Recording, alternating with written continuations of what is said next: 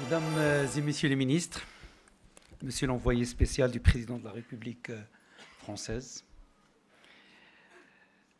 monsieur l'ambassadeur, Ali Safir, monsieur l'ambassadeur, mesdames et messieurs les directeurs généraux, partenaires et experts, mesdames et messieurs, je suis heureux d'être parmi vous aujourd'hui pour l'ouverture de cette 16e conférence de l'énergie dans cette ville emblématique de Ouarzazate, symbole de l'ambition énergétique de notre pays, grâce à la clairvoyance de la stratégie nationale dans ce secteur, impulsée par Sa Majesté le roi Mohammed VI, que Dieu l'assiste.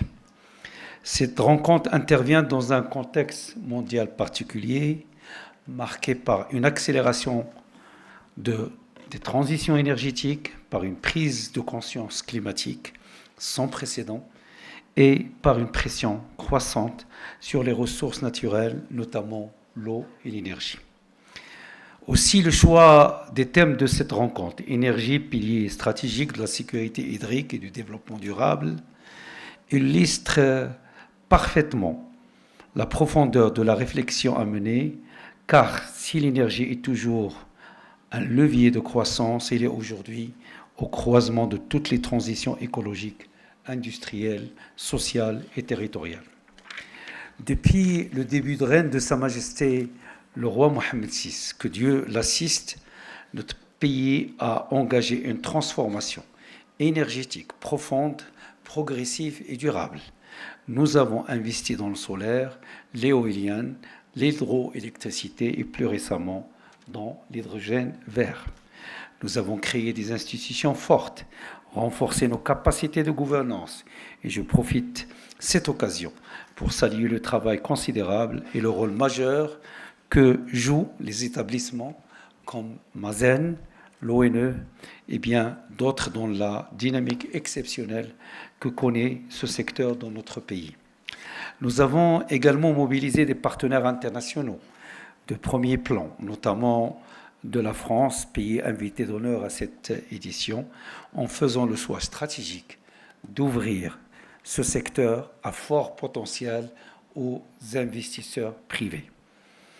Les efforts déployés par les différents acteurs dans le Royaume permettront de dépasser dès la fin de l'année prochaine, en 2026, l'objectif de 52% des énergies renouvelables dans le mix électrique, objectif initialement prévu à 2030. Nous avons visité ce matin le complexe nord de Ouarzazate avec Madame et Messieurs le ministre et nous avons pu constater que ces 4 centrales sont opérationnelles. Je tiens à saluer l'ensemble des acteurs et des équipes pour leur mobilisation remarquable et leur engagement. Aujourd'hui, nous souhaitons aller encore plus loin, plus d'intégration concrète des énergies renouvelables dans nos systèmes de production, de transport, d'habitat et d'agriculture, et une généralisation des solutions bas carbone dans nos villes, nos industries et nos territoires ruraux. En parallèle, l'émergence de technologies de rupture doit être pleinement saisie. L'hydrogène vert, en particulier, représente une opportunité historique pour le Maroc. Dans ce sens, l'offre Maroc pour le développement du secteur de l'hydrogène vert, en cours de mise en œuvre, en application des hautes orientations royales, s'inscrit dans le prolongement de 15 ans d'expérience du Royaume dans le développement des énergies renouvelables et de plus de 30 ans d'ouverture d'investissements privés dans le secteur énergétique.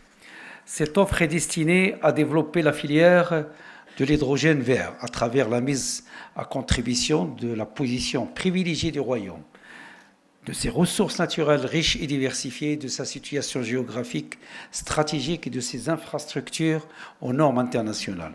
Permettez-moi ici de rappeler les hautes directives royales contenues dans le discours du trône du 29 juillet 2023, dans lequel le souverain avait engagé le gouvernement à entreprendre la mise en œuvre rapide et qualitative de l'offre Maroc dans le domaine de l'hydrogène vert, de manière à valoriser les atouts dont dispose notre pays en la matière et à répondre au mieux aux projets portés par les investisseurs mondiaux dans cette filière prometteuse. Fin de citation de Sa Majesté. Mesdames et messieurs, parler d'énergie aujourd'hui, c'est aussi parler de l'eau. Le nexus énergie-eau devient une préoccupation majeure et un véritable défi pour plusieurs pays. La synergie entre les politiques de l'eau et de l'énergie devient une exigence. Il implique une approche intégrée, territorialisée, multisectorielle, qui associe l'ingénierie technique, l'intelligence économique et la recherche scientifique, et aussi la participation citoyenne. Au Maroc, le stress hydrique qu'a connu notre pays les 7 dernières années nous impose une refonte totale de notre politique hydrique. L'innovation doit être intégrée à toutes les chaînes de valeur du secteur de l'eau suite aux hautes directives royales depuis la recherche et la mobilisation des ressources jusqu'à leur distribution et leur réutilisation.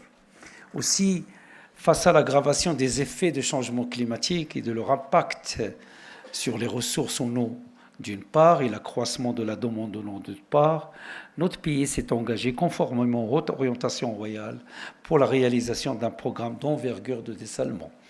L'objectif est de renforcer et de sécuriser l'alimentation en eau potable dans plusieurs régions et assurer aussi l'irrigation de plusieurs milliers d'hectares au niveau de périmètre.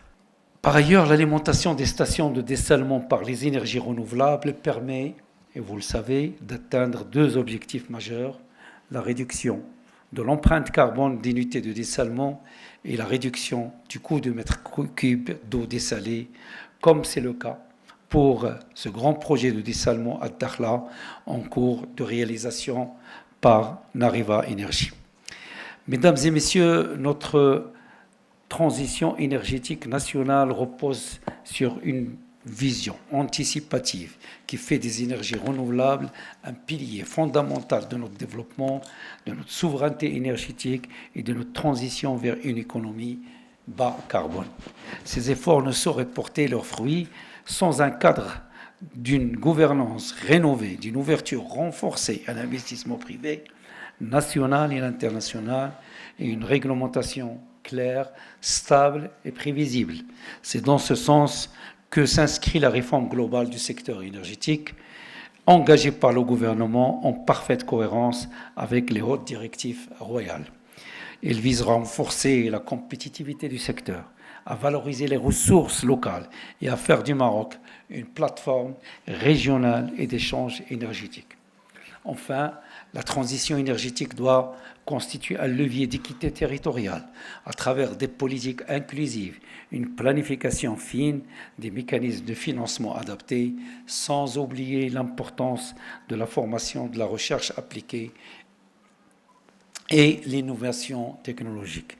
Car il ne peut y avoir de transition réussie sans compétences nationales. C'est pourquoi nous devons encourager nos universités, nos centres de recherche et nos jeunes entrepreneurs à contribuer activement à cette révolution énergétique qui est en cours. Mesdames et messieurs, sous l'impulsion de Sa Majesté le roi Mohammed VI, que Dieu l'assiste, le Maroc poursuivra avec détermination sa trajectoire en faveur d'un développement sobre en carbone, juste et durable, en renforçant ses partenariats et en s'affirmant comme une force de proposition et de solution à l'échelle régionale et internationale. Cette conférence représente à cet égard une occasion précieuse pour renforcer les synergies et définir ensemble les contours d'un futur énergétique durable et équitable. Je vous remercie.